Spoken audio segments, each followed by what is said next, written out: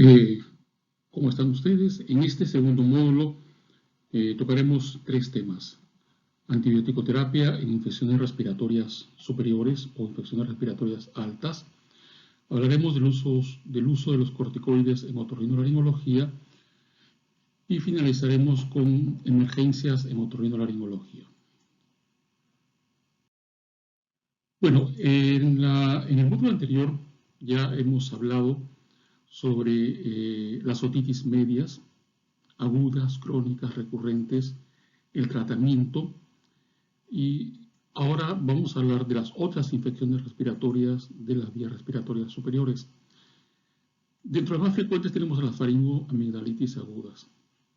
Las faringoamigdalitis agudas constituyen una patología bastante frecuente en infecciones en otorrinolaringología y se debe a inflamación tanto de la faringe como de las amígdalas palatinas, fundamentalmente, principalmente de origen viral, y que suelen presentarse muy frecuentemente en forma de brotes epidémicos. En nuestra ciudad solemos ver infecciones de amígdalas y de faringe, generalmente estacionales. Es la época de invierno, otoño, donde más vemos estos cuadros respiratorios altos. Ahora bien,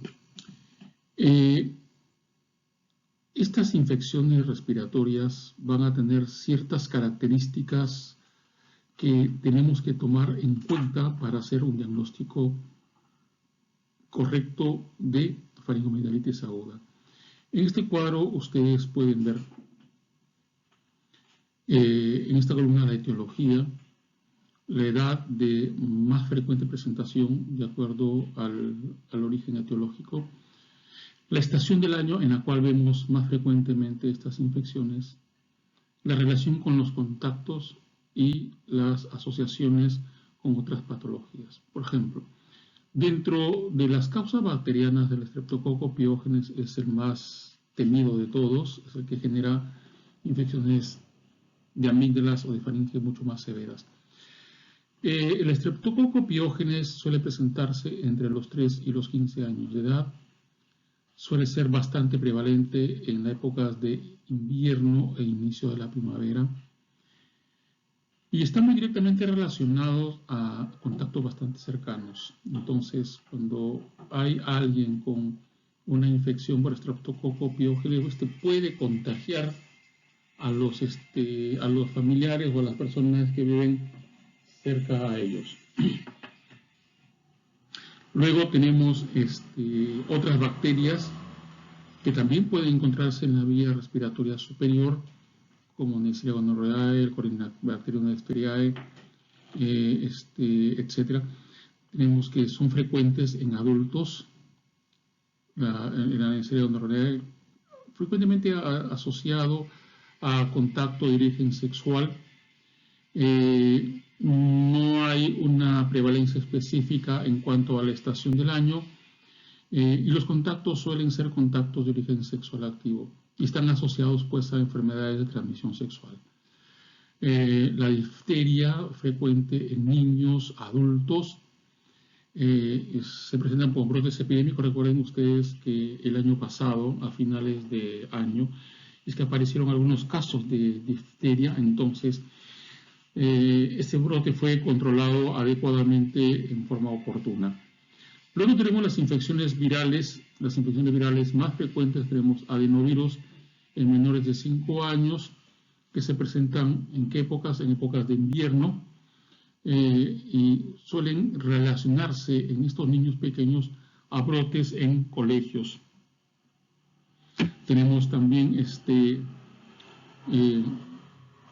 otro tipo de virus, como los rinovirus, los virus de la gripe A y B, coronavirus, Epstein-Barr, citomegalovirus, coxsackievirus A, herpes simple, que suelen presentarse en adolescentes o adultos jóvenes, y los coxsackie en los niños fundamentalmente. Estos generan aquellos síndromes boca, mano, pie, por ejemplo, o también las serpanginas, que suelen ser también de observación en la consulta diaria.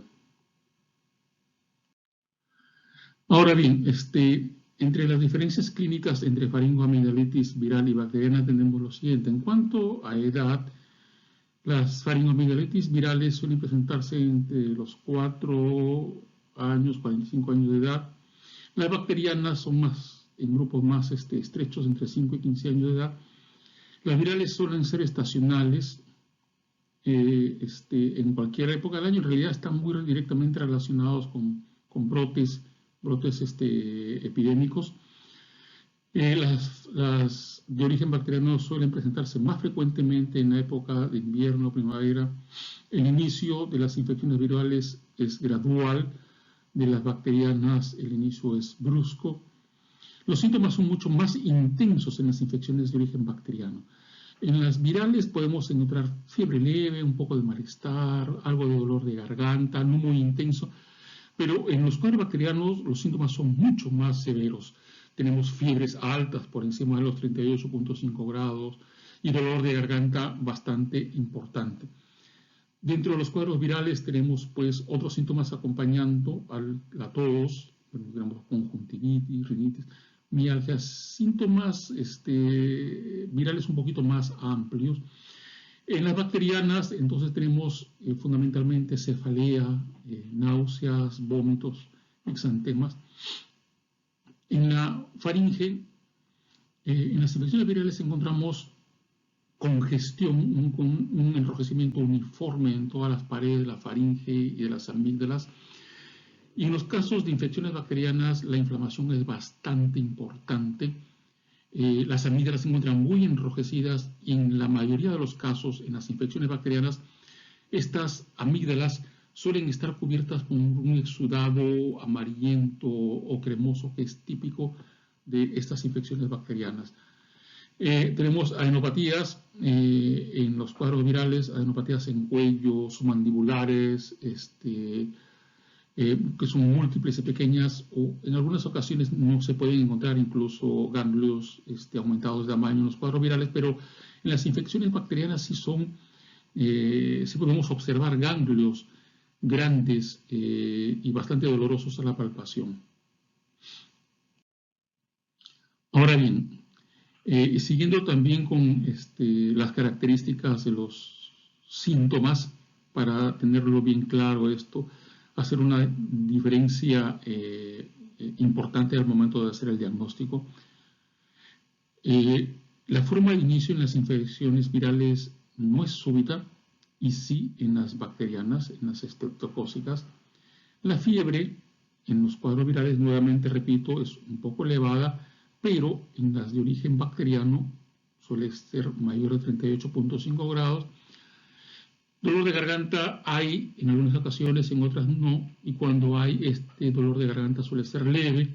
En cambio, en las bacterianas el cuadro es mucho más intenso, dolor bastante marcado.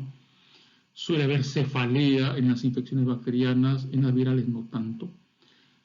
Puede haber algo de dolor abdominal en las infecciones virales. En cuanto al estado de las amígdalas, pueden encontrarse algunas placas en las infecciones virales, pero en las bacterianas sí. Es como si fuera la amígdala una fresa cubierta por una crema de leche, digamos, Nestlé, digamos así.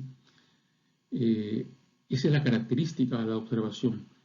El exudado es purulento, cubriendo a amígdalas, cubriendo a faringe, una faringe bastante enrojecida. Suele haber náuseas y vómitos en los cuadros bacterianos, y en los virales fundamentalmente hay diarrea. Tos en los cuadros virales, no tanto en los bacterianos. Hay conjuntivitis y rinorrea como de un cuadro alérgico, los característicos de los resfríos, que no se observa en las infecciones bacterianas agudas.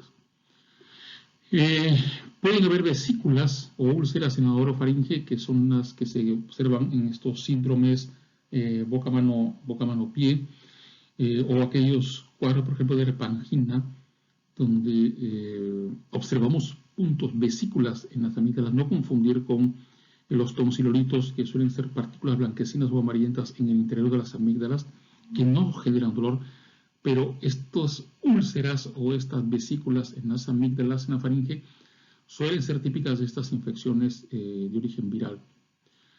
En el hemograma encontramos leucocitosis con desviación izquierda en las infecciones bacterianas, linfocitosis habitual en las infecciones virales. En los cuadros de infecciones por Epstein-Barr, en las mononucleosis, encontramos linfocitos atípicos. Y en el examen de antiestreptolicina O lo encontramos positivas en la infecciones estreptocócicas por estafilococos piógenes. Entonces, tenemos bastante claro las características clínicas de ambos tipos de infecciones de rinofaringe, tanto las virales como las bacterianas. Ahora aquí hay unos criterios, denominados criterios de Centor, para determinar probabilidad de infección por estreptococo beta hemolítico del grupo A.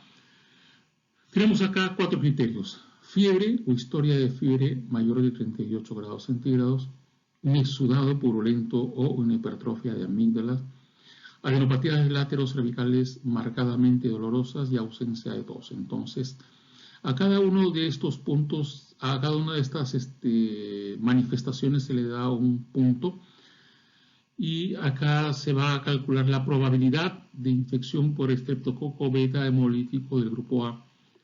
Si hay 4 puntos, esto es, si tiene los 4 criterios, entonces las posibilidades de una infección estreptocócica está entre el 39 y el 57%, 3 puntos de 25 a 35%, 2 puntos, o sea, 2 de estas manifestaciones, 10 a 17%, y uno solamente el 10%. Si no hay ninguno, las posibilidades de que esto se trate de una infección estreptocócica es muy baja, son muy bajas las posibilidades, más pensar en un cuadro de origen viral.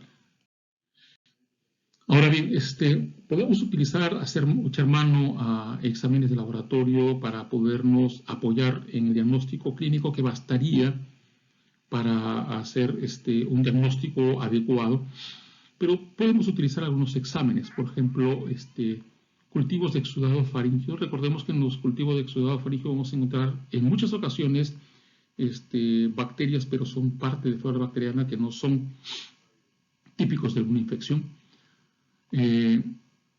Por ejemplo, pruebas indirectas, tenemos el cultivo de exudado bacteriano, tenemos el cultivo negativo, descarta una infección por estreptococo piógenes, por ejemplo, en los adultos con estos valores y en los niños con estos valores que tienen acá. ¿Qué pedimos nosotros con bastante frecuencia para descartar una infección estreptocócica? Tenemos el dosaje de antiestreptolicina O. Esas son las pruebas, pueden ser pruebas de látex, ELISA o quimioinmunohimuniscencia. Tiene un valor diagnóstico importante en los cuadros de faringoamigdalitis estreptocócica aguda, pero fundamentalmente son de ayuda epidemiológica para poder identificar aquellos casos donde hay una infección por estreptococo piógene.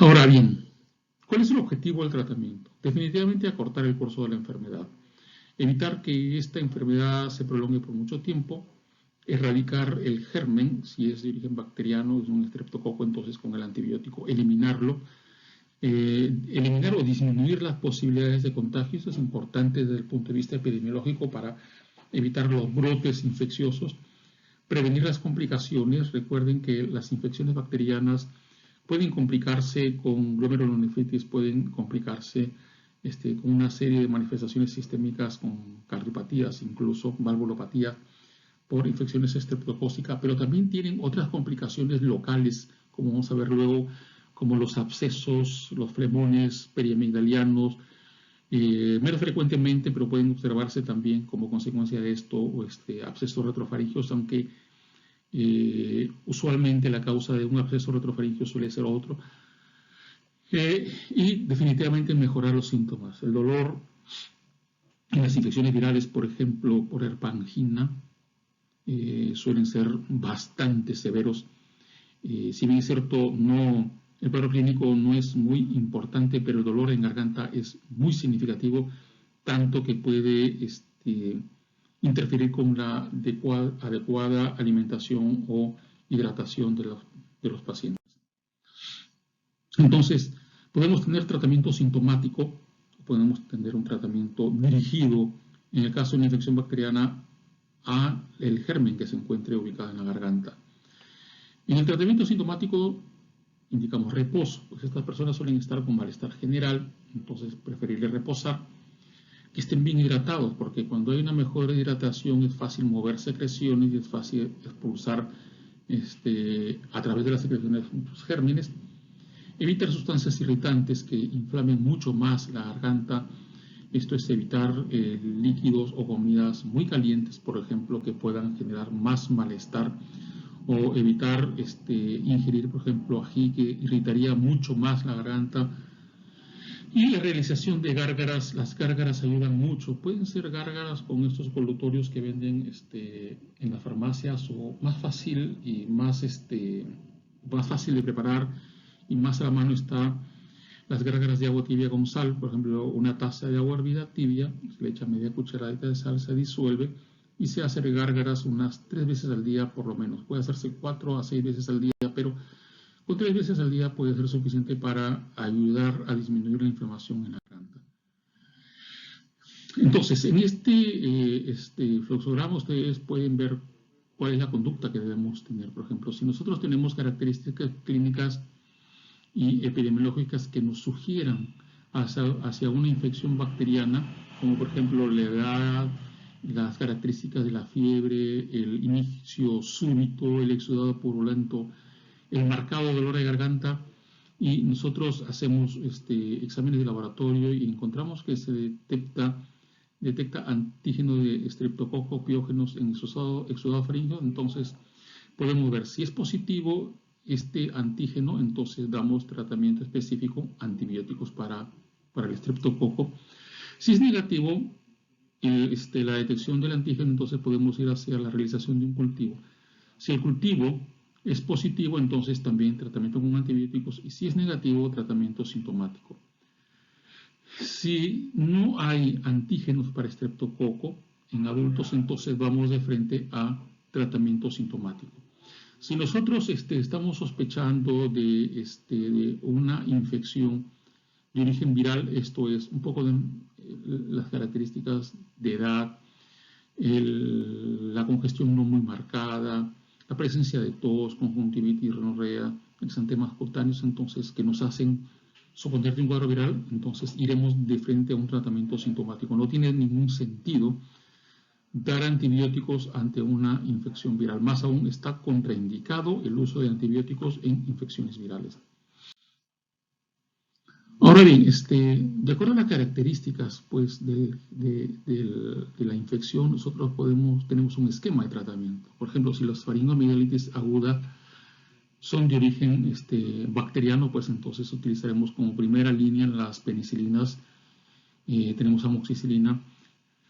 Si este paciente ya hubiera recibido antibióticos previamente, como suele suceder, porque muchos pacientes se automedican, van a la farmacia, le preguntan al vendedor de medicamentos qué es lo que pueden tomar, y al indicar un antibiótico que lo utilizaron de una dosis inadecuada o una frecuencia inadecuada, entonces ya fueron manejados previamente con antibióticos y no respondieron en forma correcta, entonces dar amoxicilina con ácido clavulánico o cefalosporinas. Entonces tenemos alternativas, macrólidos, fundamentalmente en caso de tener alergias a las penicilinas.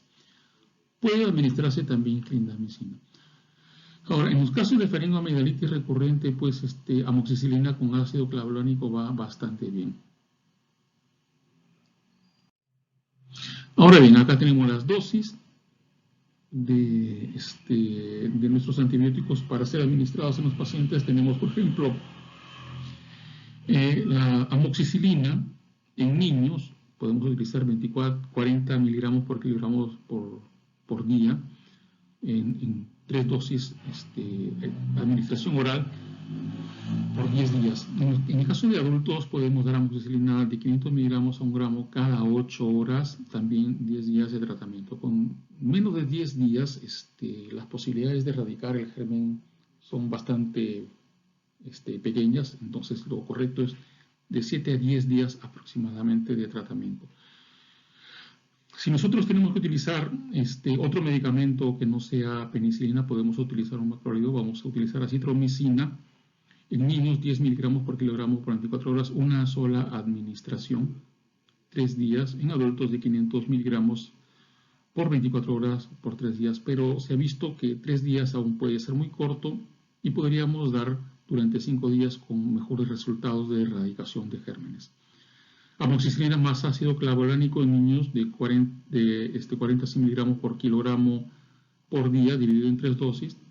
Y en los adultos podemos dar de 500 miligramos a 1 gramo 250 por cada 8 horas en forma de administración oral durante 10 días. Podemos dar también cefalosporinas, podemos dar también macrólidos, clindamicina, penicilina G benzatina, por ejemplo, podemos dar en aquellos pacientes en los cuales estén haciendo amigdalitis recurrentes y cortamos de esta manera la recurrencia de los cuadros. Ahora bien, entonces, para la faringoamigdalitis agudas por estreptococo beta hemolítico del grupo A, como primera elección tenemos la penicilina B, que se administra en forma oral, o la fenizometilpenicilina, 1.2 millones de unidades internacionales durante unos 8 a 10 días. Como alternativas tenemos la penicilina G benzatina, que se administra intramuscular, 1.2 también millones de dosis de unidades internacionales, una sola dosis de administración. Podemos dar como alternativa a la penicilina oral amoxicilina y cefadroxilo. En caso de alergia a los beta-lactámicos, entonces hay la josamicina y el diacetil midacamina. En cuanto de antibióticos, en caso de recurrencia, la clindamicina la utilizamos también, pero fundamentalmente amoxicilina más ácido clavulánico, 10 días de tratamiento. Como ustedes pueden ver en las administraciones orales, el tratamiento ideal debe durar aproximadamente unos 10 días.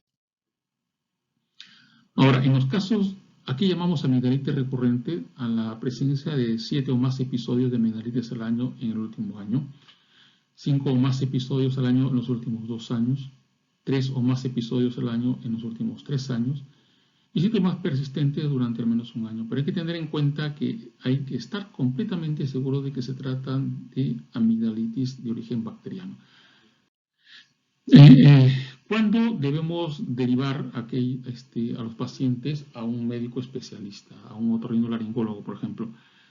En casos de que el cuadro dure más de 2 semanas, que no haya evolucionado bien a pesar del tratamiento indicado de manera correcta, un gran componente inflamatorio que impida la devolución, por ejemplo, muchos de estos cuadros de faringoamigdalitis evolucionan hacia abscesos periamigdalianos, entonces esto en algunas ocasiones puede considerarse una emergencia en otorrinolaringología porque el absceso, el flemón, puede crecer tanto que bloquea la vía respiratoria superior, y no solamente eso, cabe la posibilidad de que esto se disemine hacia el cuello. Incluso en el caso de los abscesos retrofaringeos puede disecar la fascia perivertebral e invadir posteriormente el mediastino, generando una mediastinitis con una alta posibilidad de muerte del paciente.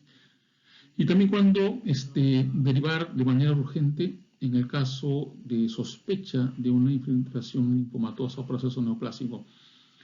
Aquí, pues, en caso de un linfoma, por ejemplo, de tejido amigdaliano, no hay el cuadro sintomatológico de una infección bacteriana, ni siquiera viral, pero ante la presencia de una amígdala de gran tamaño, sobre todo si esa amígdala que está aumentada de volumen es solamente de un solo lado, entonces se debe sospechar de la presencia de una neoplasia de tejido linfoide, un linfoma a nivel de la amígdala, y eso tiene que ser evaluado posteriormente por un otorrinolaringólogo o un cirujano de cabeza y cuello. Se toma la biopsia, se hace el diagnóstico y se hace el tratamiento y la derivación correspondiente. Complicaciones tenemos, ya se ha mencionado, al absceso periamigdaliano, que lo vamos a tratar también en las emergencias en otorrinolaringología. Los abscesos periamigdalianos muchas veces evolucionan rápidamente en la primera semana de la evolución de la enfermedad.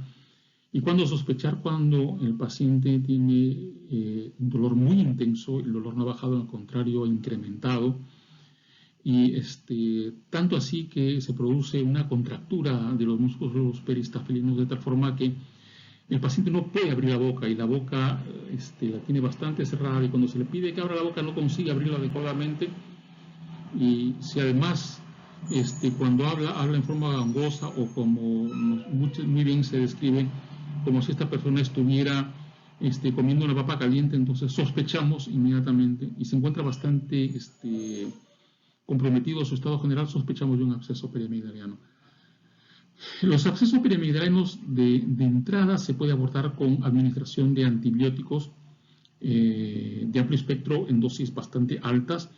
Nosotros en la clínica administramos amoxicilina más ácido clavulánico en dosis alta, le añadimos clindamicina también en dosis alta, y también para disminuir el componente inflamatorio le ponemos corticoides las primeras 24 o 48 horas, y eso ayuda muchísimo en la mejoría del cuadro clínico. También podemos encontrar infecciones del espacio retrofaringio. Las infecciones del espacio retrofaringio no son tan frecuentemente de origen bacteriano o origen infeccioso. Usualmente se presentan en aquellos pacientes en los cuales se realizaron procedimientos como infiltraciones, por ejemplo, o tomas de muestra para cultivo de secreción faríngea. Entonces se puede lastimar con una lanceta la mucosa de la retrofaringe y introducir directamente un germen que genere después una infección en el espacio retrofaringeo. Esto es bastante severo. Es tal vez un poco más peligroso que un absceso periamigdaliano y requiere de intervención inmediata, porque estos abscesos retrofaringeos sí pueden descender fácilmente hacia el mediastino y generar una mediastinitis con un cuadro bastante severo. Y infecciones también luego del espacio parafaringeo que pueden manejarse de la misma forma. Bueno, esto pueden ver acá, es más o menos una repetición de lo que ya hemos visto anteriormente. Pasaremos luego a las infecciones, otros tipos de infecciones frecuentes también en otorrinolaringología son las sinusitis. Y la sinusitis pues es una reacción inflamatoria de la mucosa de los senos paranasales. Como ustedes recordarán, los senos paranasales son cavidades que se encuentran para es prefijo de al lado de. Entonces, los senos paranasales son cavidades que se encuentran al lado de las fosas nasales. Y tenemos senos maxilares, las celdas etmoidales y los senos frontales. Y hacia atrás tenemos el seno esfenoidal. Las celdas etmoidales pueden ser etmoidales anteriores y etmoidales posteriores. Entonces, la mucosa que está tapizando, que está revistiendo los senos paranasales, es la misma mucosa que se encuentra en las fosas nasales. De tal manera que cuando hay inflamación aquí en la mucosa nasal, es muy probable entonces tener inflamación también en la mucosa de los senos paranasales. Por eso es que muchas de las infecciones respiratorias altas van acompañadas de rinosinusitis. Realmente son, más que sinusitis solas, son rinosinusitis bacterianas o virales, o incluso pueden haber rinosinusitis alérgicas. Normalmente, acá tenemos células ciliadas, hay secreción mucosa, y esta secreción es llevada por un flujo ciliar en esta dirección, en dirección del ostium maxilar, para ser eliminado finalmente hacia las fosas nasales. Cuando no funciona adecuadamente este ostium, ya sea porque hay una inflamación crónica, digamos, de tipo alérgico, entonces las secreciones se quedan retenidas y esto finalmente derivan en sinusitis de origen, sinusitis crónicas. Y bueno, pues tenemos pues que el bloqueo de este ostium del seno, de los senos paranasales, generan congestión de la mucosa en la cavidad paranasal. Se retienen las secreciones se espesan, se altera el intercambio gaseoso entre el epitelio o la mucosa de la cavidad paranasal, que finalmente va a derivar en daño de los hilos y la mucosa. Se altera pues las características físicas de los senos y finalmente terminan pues constituyendo un medio de cultivo para las infecciones bacterianas.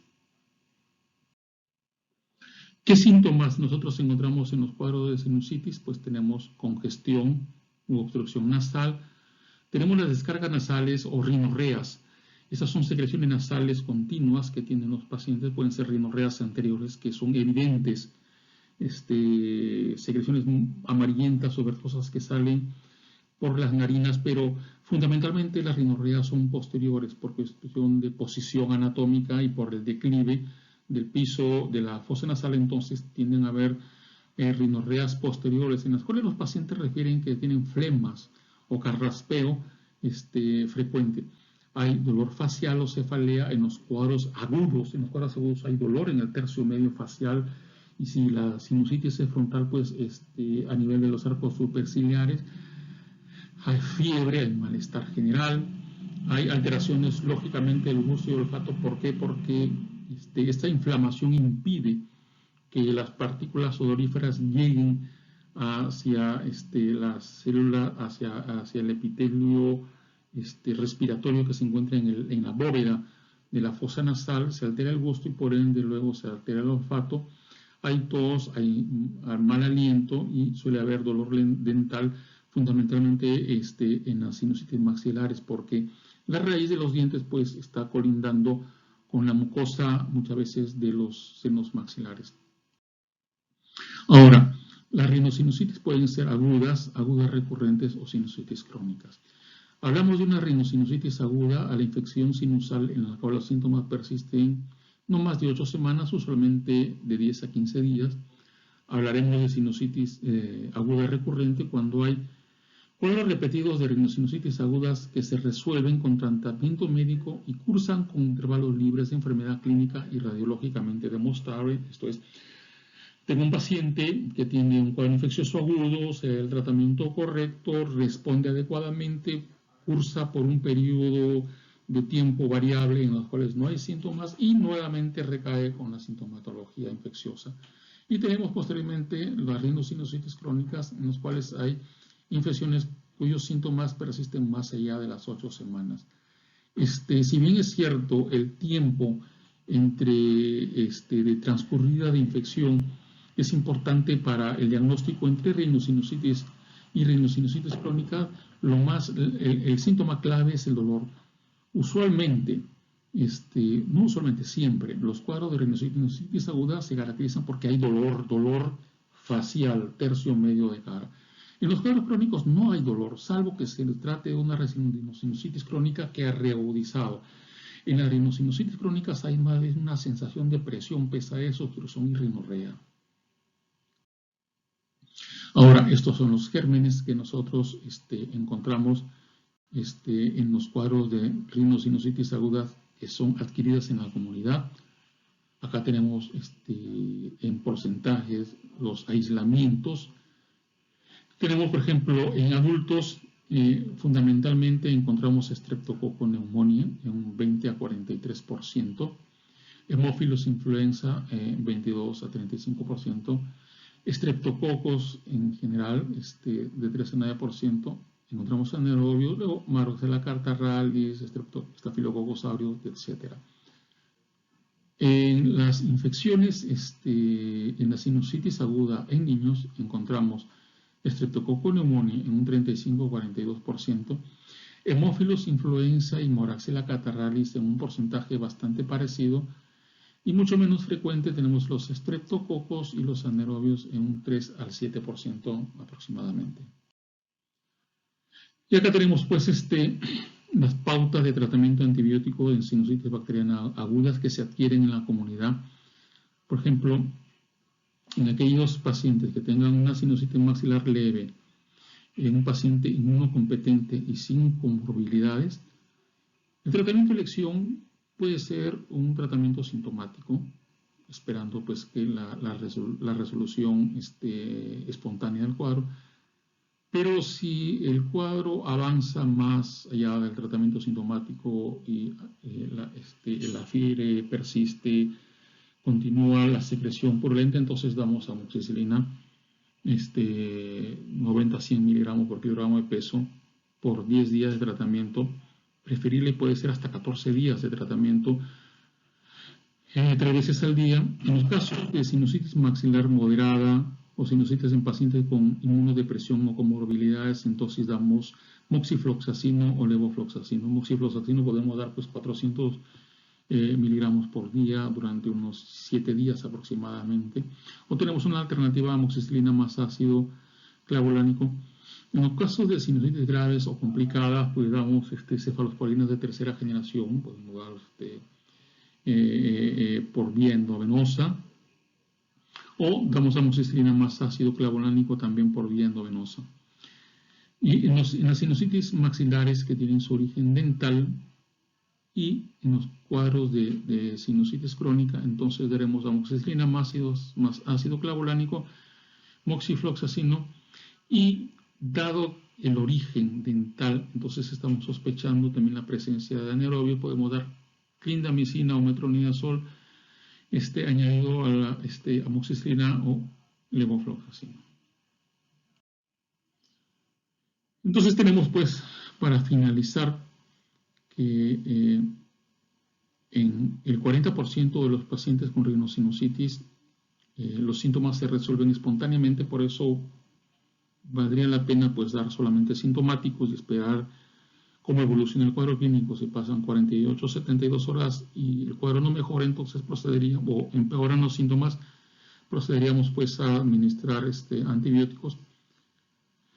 Los descongestionantes nasales también sirven.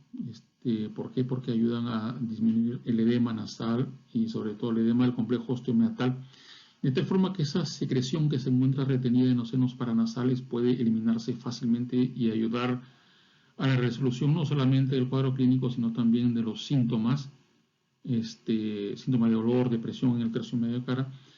Podemos utilizar oximetazolina en gotas cada 12 horas, unos 5 días aproximadamente, insuficiente. Dar mucolíticos, aunque no hay pruebas de eficacia clínica, pero el mejor mucolítico, ustedes saben, es el agua, que el paciente esté bien hidratado para que las secreciones puedan ser fluidas y ser eliminadas fácilmente, acompañando pues, a los descongestionantes nasales. Los corticoides pueden administrarse en forma tópica, disminuyen el edema nasal, pero en los cuadros de rinosinusitis aguda es preferible no usar. Los corticoides tópicos es preferible utilizarlos en los cuadros de sinusitis crónica. Los antihistamínicos no en los cuadros agudos, porque lo que harían es más bien aumentar la viscosidad de las secreciones, lo cual dificultaría mucho el drenaje y estaríamos produciendo un efecto contrario al que esperamos con el uso de los descongestionantes nasales.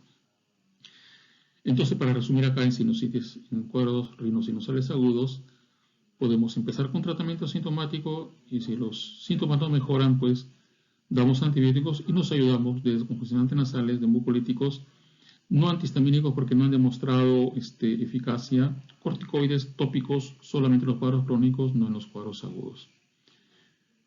Y bueno, esto es todo con respecto a las infecciones de las vías aéreas superiores. Muchísimas gracias por su atención.